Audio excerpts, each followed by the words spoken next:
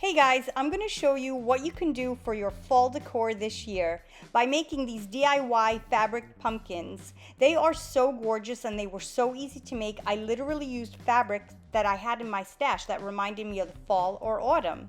Anyway, what you'll do is click this link that you see right here up on your top right, or I even link it at the end, and it will lead you to the full tutorial video where I take you step by step on how to make these simple pumpkins. And you don't even need a sewing machine. You could do this all by hand.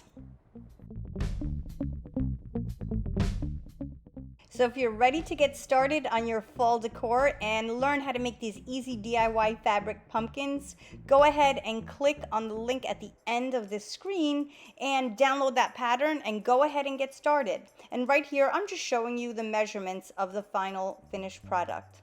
Anyway, have fun making and happy fall!